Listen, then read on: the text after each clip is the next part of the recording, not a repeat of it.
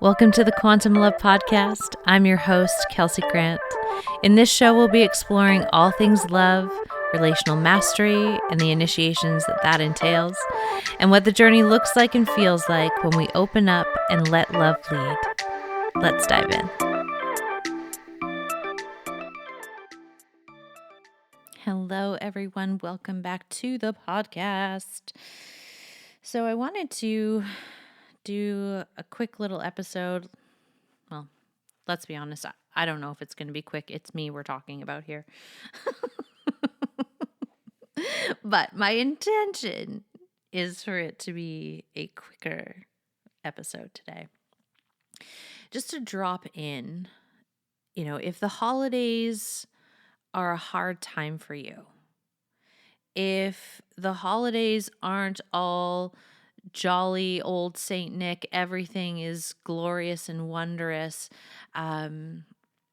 if you are in that camp, or if you have moments of feeling that over the holidays, this episode is for you. Because this is one of the things that often gets missed. There's like this big shock, like heart chakra opening that happens in the holiday season. Like there's something energetically that literally opens the heart at this time of year. Maybe it's the gearing down, it's the slowness of the season. It is the remembrance of, the death before the rebirth. And it's a reminder of our humanity. But whatever it is, whatever the reason is, there's this like big opening of generosity and love in the holiday season. What can also happen when there is that big of an opening is that when you're that open, everything comes up. And we can't stop the good stuff from coming up with the bad stuff. And I hate those words, but like our English language is really fucking limited sometimes. And, like the painful stuff, like once the system is open, that painful stuff can start to rise. And, when we are in this energetic collective where energetically everything is opening and there is this flooding of generosity and this flooding of love that tends to happen at this time of year, your system will be impacted by that. And it can open you in the sense that, like now we're really starting to feel the rumblings of things that are more painful. And, the holidays aren't always a really joyful time. And like, listen, after these 3 years in the pandemic, and we're starting to come through that really wacky, fucked up time, where a lot of people were isolated.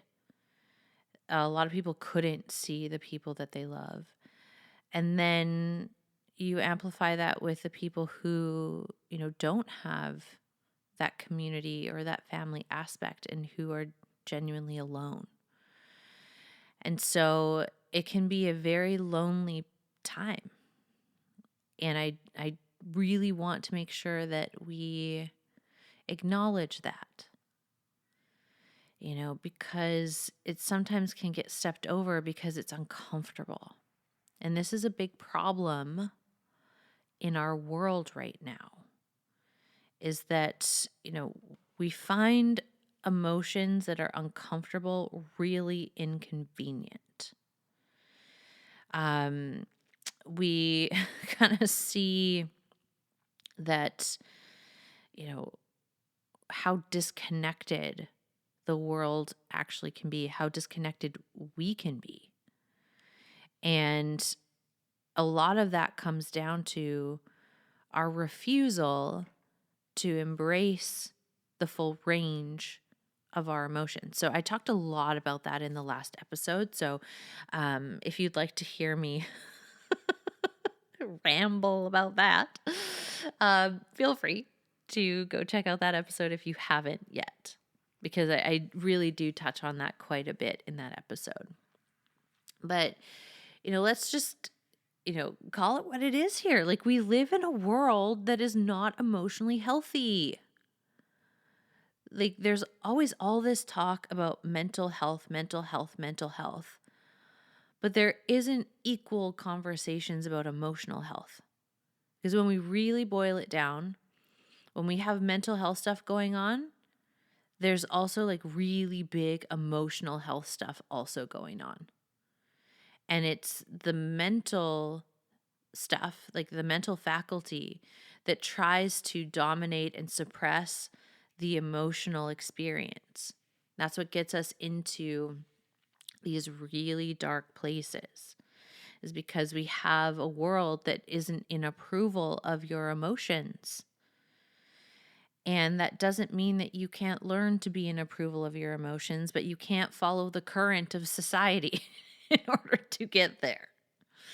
The world, and it makes sense. Like, if you look at a more patriarchal, society, more patriarchal context for, a dominator system, of course, they don't want you to be sovereign in your emotions.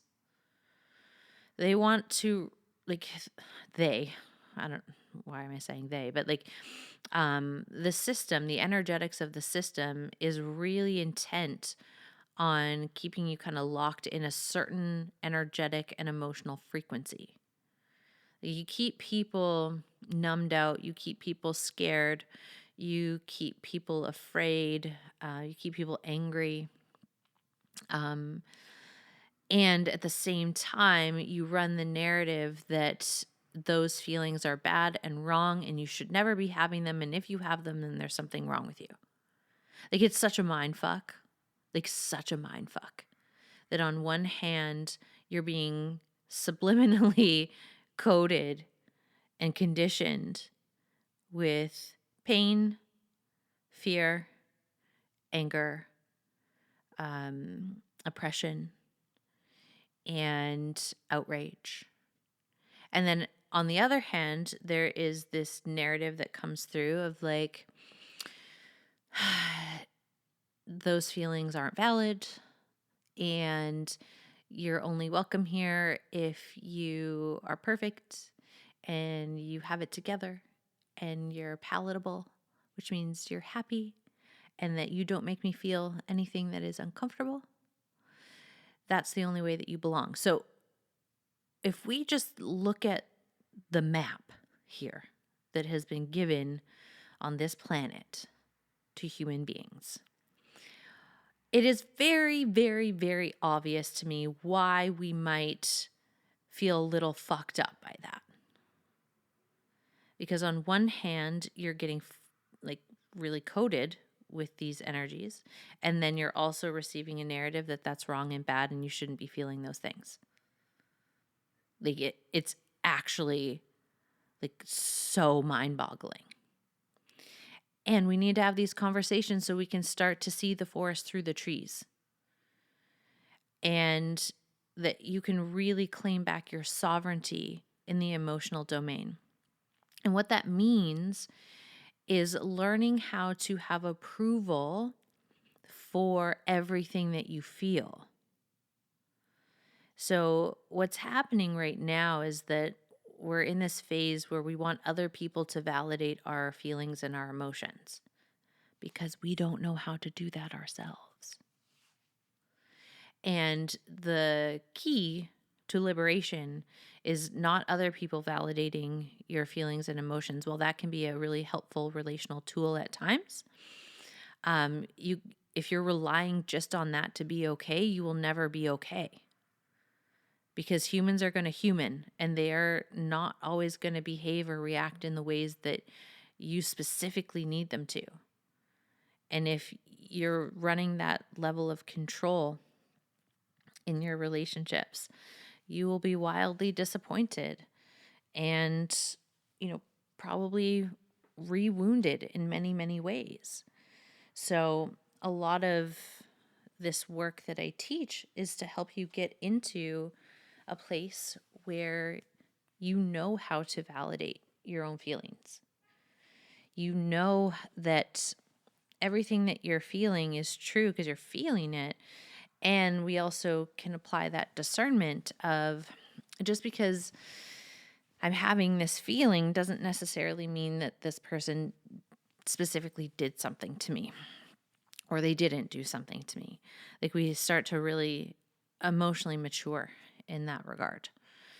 And, as we start to build more approval for all of our emotional centers, you know, when we hit these junctures, like in the holiday season, where it brings up a lot of grief, or it brings up a lot of loneliness, or it brings up a lot of pain, instead of going down the rabbit hole of beating ourselves up about that and being like, wow, what's wrong with you that you just can't feel good during the holiday season? Instead of doing that, we can go down the track of like, oh yeah, gosh, it makes so much sense.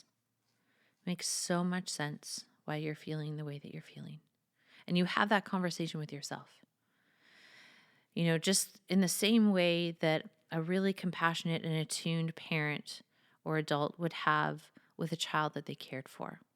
And for a lot of us, like, you may not have had that direct experience when you were a kid of an adult that was that emotionally attuned. And this is why mentorship is so helpful. This is why being in community is really helpful. Why, the path of growth and development, however that looks, if that's just podcasts or YouTube videos or reading books or reading blogs or like doing programs or working, in therapy, like, it doesn't matter what you do. It just matters that you step onto the path so that you can learn how to become that voice for yourself. You can learn how to meet yourself in those moments where it's really painful and say, you know what? I totally get why you're feeling this way. This makes total sense. Why you're feeling sad or why you're feeling lonely. And you know what? Even though you're feeling this way, I just want you to know that I'm going to stay here with you through it. I'm going to be here with you through it. And listen, if you need to take this part of the podcast and just replay that, and listening to my voice say that to you, that's totally okay. That's one of the ways that we get it in our bones. We get it into our subconscious, is consistency, repetition, and heightened emotion. So in those moments where you are feeling really tender, your emotion is peaked. And if in those moments you bring something new in, like that compassionate witness, like, yeah, this makes total sense why you're feeling what you're feeling. And I love you, and I'm here, and I know it's hard. I know it's painful. I know it sucks, but I'm going to stay here with you. I'm not going to shut you down. I'm not going to abandon you, because that's what usually happens, right? We feel these big, uncomfortable emotions and we beat ourselves up. We say, what the hell is wrong with you? Like, stop feeling this way. Like, I'm going to check out, whether that's, numbing, or I'm going to distract myself. And like, there's many, many ways that we can disassociate and, disconnect from ourselves in those moments. And it doesn't heal. Like, you really got to hear this. It doesn't heal until you can meet yourself differently in those moments. And sometimes being able to meet yourself differently in those moments, the first step isn't you with you. The first step is a relational step. This is why support groups exist. This is why therapy exists. This is why certain coaching containers exist. Because on a very fundamental level, we need each other. And, there is this kind of paradox, right? That in order to heal ourselves, we need the other. And in order to heal our relationships, we need ourselves and that connection to be really strong. So, like, who knows which comes first, the chicken or the egg? I don't know. I don't have that answer. All I know is that relational healing and emotional healing requires both. It requires both your investment, you with you, of you learning how to become the compassionate witness to yourself. And it also requires other people and other people modeling to you what that compassionate witness looks like, sounds like, feels like. So for a lot of folks, that's why they start in therapy, or that's why they start in like a 12-step program, or why they start with a coach, because that's a relational container. And it's through the modeling of the teacher, the coach, the guide, the friend, the, whoever it is, the mentor. It's through their embodiment of being a compassionate witness for you that you learn the language, you learn the lingo, and you see it. And this is why I love group work so much, and why I find group containers are wildly transformative. Because when you witness, let's just use like one of my containers, for example. You witness me being the compassionate witness to 20 other people in the room. That's 20 times your inner being has now received the medicine that it needed. And then obviously, like, the time that I will do it with you is like even extra potent because it's like about your experience. And it's the thing that you needed to hear that you didn't receive. Like, this is actually one of my core gifts, is really supporting the reparenting process. Like, I will be a model for that for you. I will show you through my embodiment, through my modeling, what it feels like, what it sounds like, and what it looks like to be compassionately witnessed and received. The thing that younger parts of you didn't get, like, I'm really good at speaking to those parts in a way that reminds them of their brilliance, reminds them of who they are. And the key with my work is that, in order to come through the gates and do this work with me, you also have to be willing to speak to yourself that way. It can't just be a one-way street, where you come and like take from me and just want me to feed, that hungry ghost inside of you. That won't work. That will not work. That is not relational. I will not do that. And so there is a level of personal responsibility that every single person that comes through the gates of my work also values. Because they know on some level, like, we can't go at it alone, but there are also parts that we do have to do alone.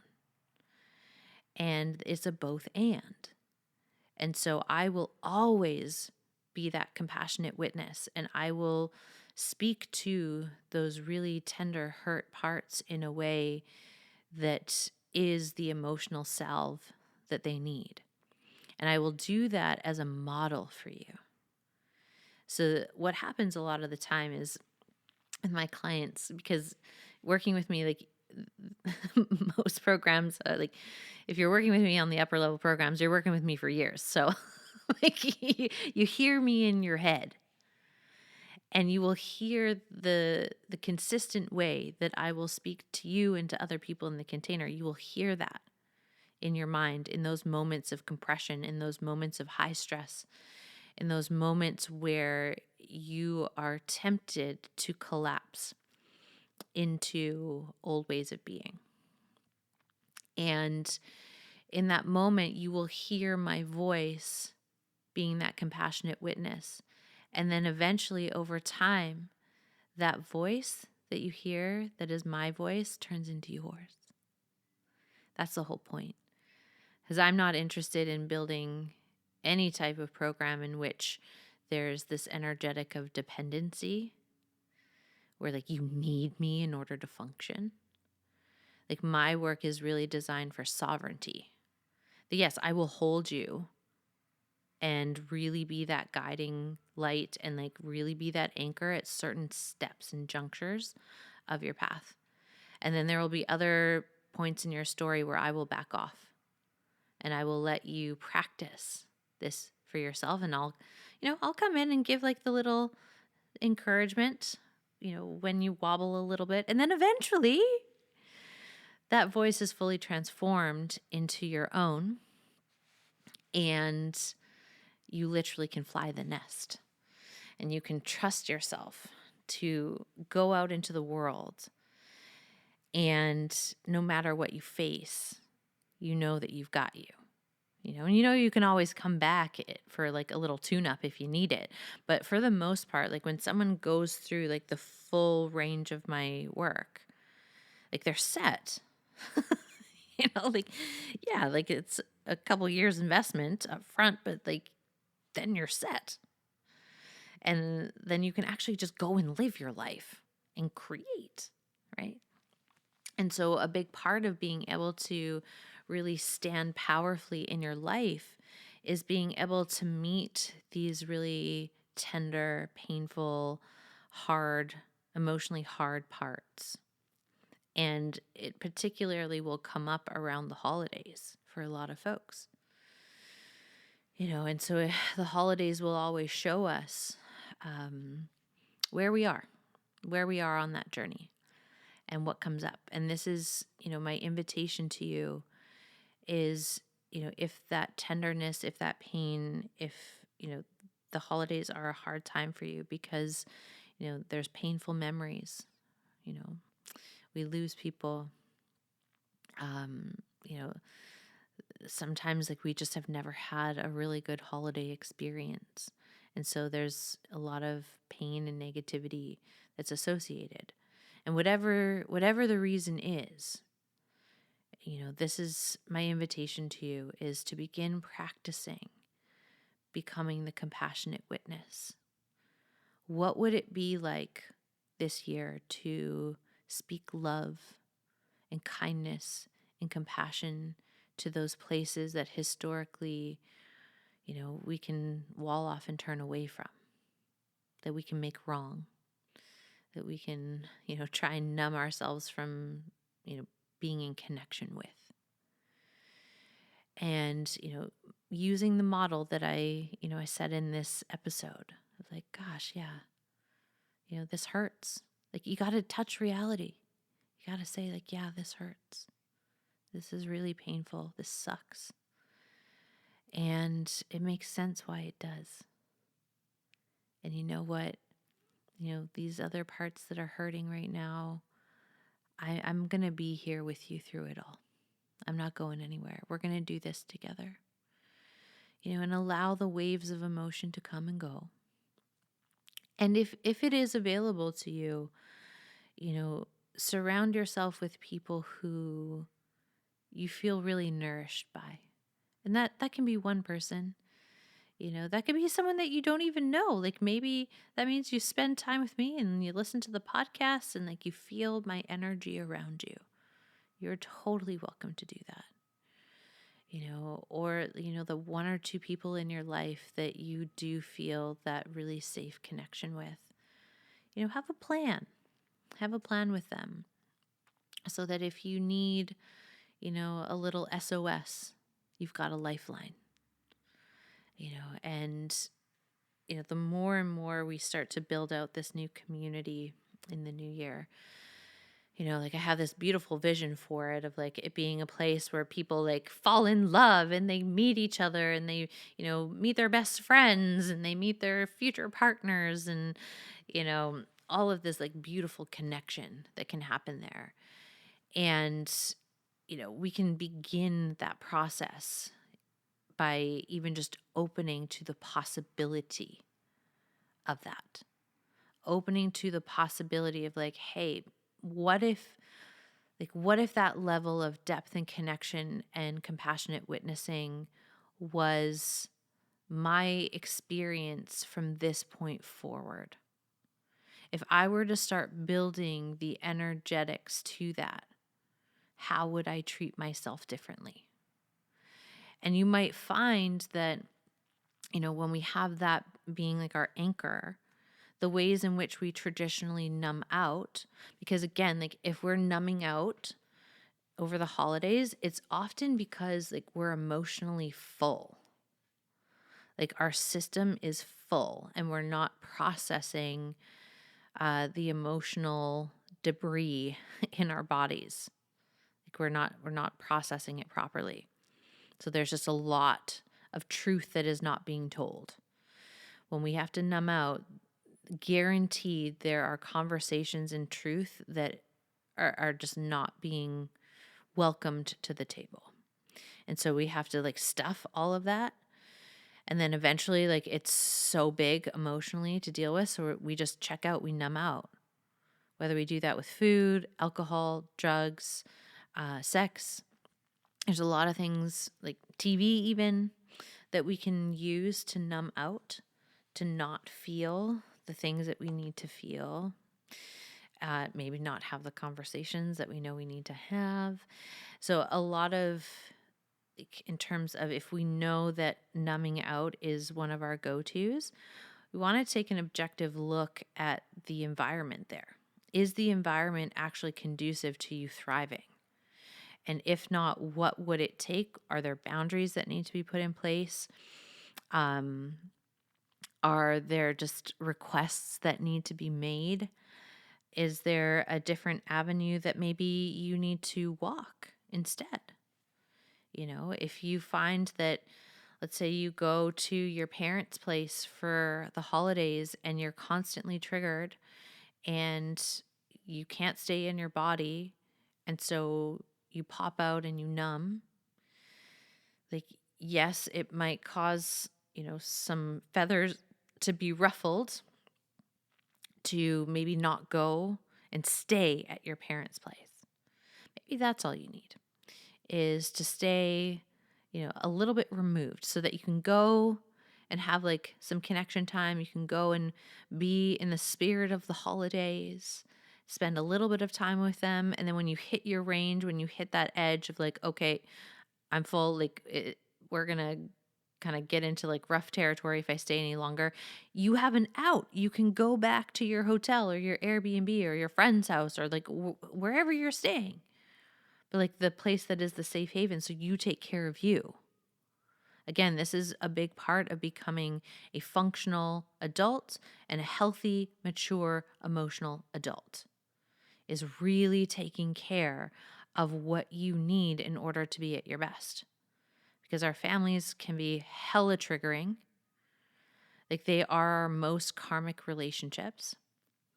And so it makes sense why, we might get all flustered or turned around in the holiday season. And if you have a tendency to numb, like really, really map that out for yourself. Like, what is the pattern there that leads to the numbing? Because there's a lot of things that happen prior to you making the choice to numb out. So, like, clock that for yourself, map it out, write it out. Step 1, this happens. Step 2, this happens. Step 2, 3, this happens. Like, and then eventually, like, I'm so chaotic and full emotionally that I have to numb out because it's the only option. And so we can see when there's a map in front of us of like, oh yeah, like I I stay at a family member's house that I know we don't get along. And they serve the type of food that like really makes my nervous system not do well. Like I don't feel nourished by it. There's, a really creaky bed. And so I don't get good night's sleep.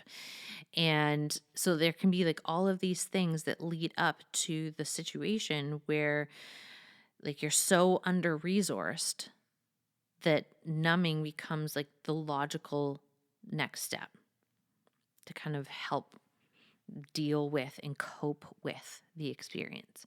So if you can see what leads up to that, then we can look at that map and say, okay, well, where do I have personal responsibility and autonomy to make a different choice? So that the different choice might be that you just don't choose to stay there and you stay somewhere else. And, that might really resolve a lot of the stuff. Maybe you choose to stay there, but you bring your own pillow so that you can have a better night's sleep. If the type of food you just know is not going to be nourishing for your system, or you need something else that is not going to be provided, then you bring that for yourself. Even if they have feelings about it, even if they like make snarky comments about it, like who the fuck cares? You're doing the thing that makes sure that you're well resourced. Because if you're not fueled properly, your capacity to be with the emotional fuckery goes down. And we are likely more reactive, more prone to collapsing into those more numbing patterns, right? You might also want to look like, what are the truths that are not being spoken in this relational dynamic? Because sometimes that's why we numb. Because we're going into, let's say, a family system where they just sweep everything under the rug and everyone can fucking feel it. When you walk in the door and you're like hitting landmines left, right, and center, like there's so much shit under that rug, and like everyone's pretending that it doesn't stink. And do you know how much energy it takes to maintain that level of delusion and denial? It takes so much of your life force and creative energy. And sometimes, like, that's why we might default into numbing, because we're like, there's so much shit here that isn't being dealt with. If we open Pandora's box, like, we're fucked, you know? And so, like, just give me that drink, you know? And so we will find ways to cope with things that are really difficult. And, you know, if that is the case, that there's just a lot of shit that your family system hasn't dealt with, I do not recommend that you use the holidays to like open that and be like, all right, we're setting this straight and like we're clearing this out for the new year. Because you really have to, and this is where reverence comes into play. Like if we are like really reverent about our relationships, we want people to be well prepared and not blindsided for that type of conversation. So you don't just drop it at, you know, the Christmas Day dinner or the New Year's Eve party. Or like anything in between, like whatever your tradition is, like the big gathering, like you don't drop the bomb there. Like if we are really holding reverence for our relationships, we want people to be well-resourced, well-prepared, and have the ability to choose whether they want to participate in that conversation or not. This is why I will always, like the women in my higher level containers, you know, when they're setting boundaries for the holidays, we do that in advance. You know, you don't do that, you know, 5 seconds before you step through the threshold of your parents' house. You do it in advance and then you let people choose if that works for them or not. And these are like higher relational moves, you know, in terms of the mastery moves. Like these are higher level maneuvers. But, you know, if we really want those truth conversations to go well, you can't just blindside someone with it. Otherwise, what's happening is like you're doing the emotional volcano. Like you're kind of building up, blowing. And, you know, spewing lava everywhere and then burning people and taking them out. And like it's not a good situation. You know, and so in order to like really not do that, again, we have to be more conscious of like what is actually the reality here. What is the reality that leads me to numb out?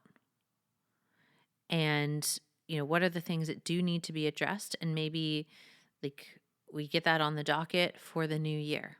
Like I make a commitment with myself that, you know, within the first month of 2023, I'm going to open the doorway, you know, for our family system to have these conversations that really matter and deal with these things.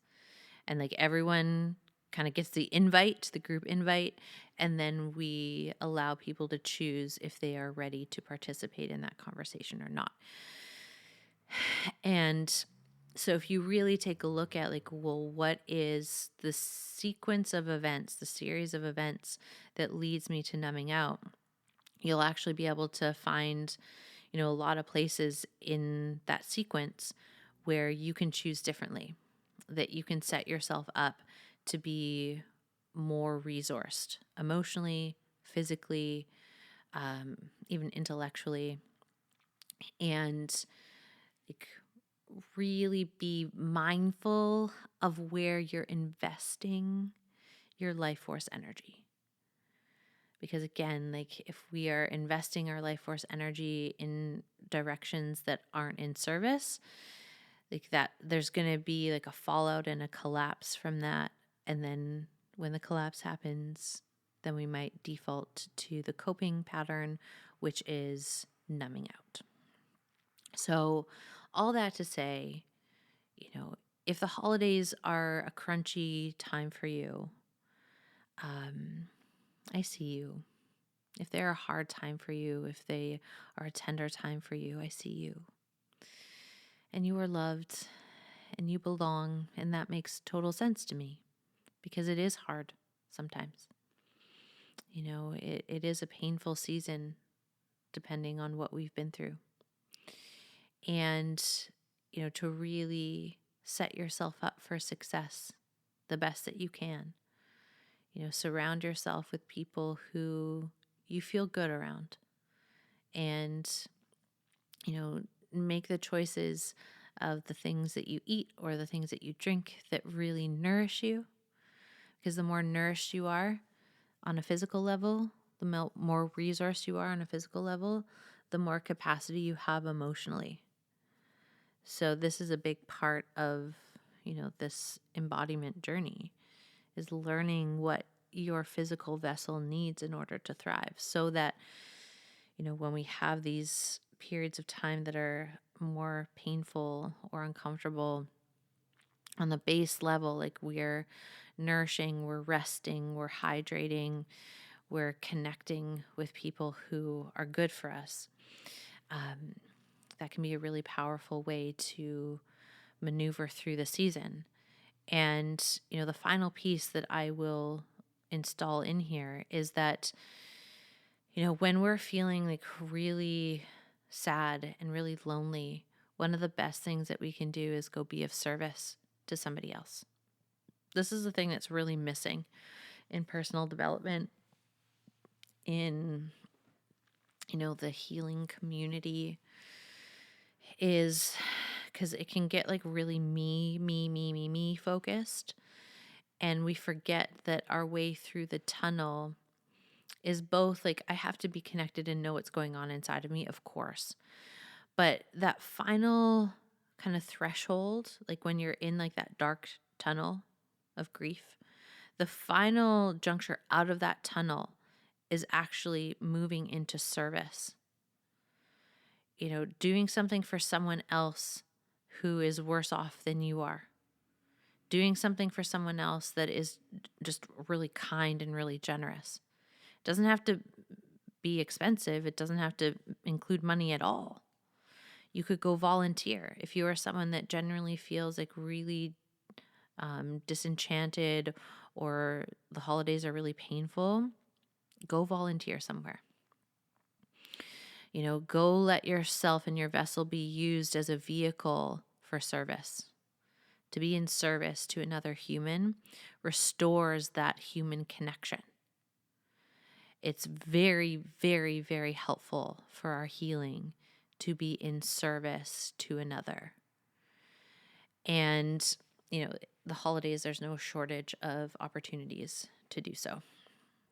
So that's, I think that's all I need to say about that. I hope you have a beautiful rest of your day. If this podcast episode really landed for you, or if you think that it would be a valuable podcast for someone else to hear, please do share it on your social media or send it to someone who you think it would really make a difference for. That would be so wildly appreciated and helpful, and just kind of gets the word out, gets the medicine out. And I will be back real soon with another episode on Christmas Eve. We'll see you soon. Okay, bye.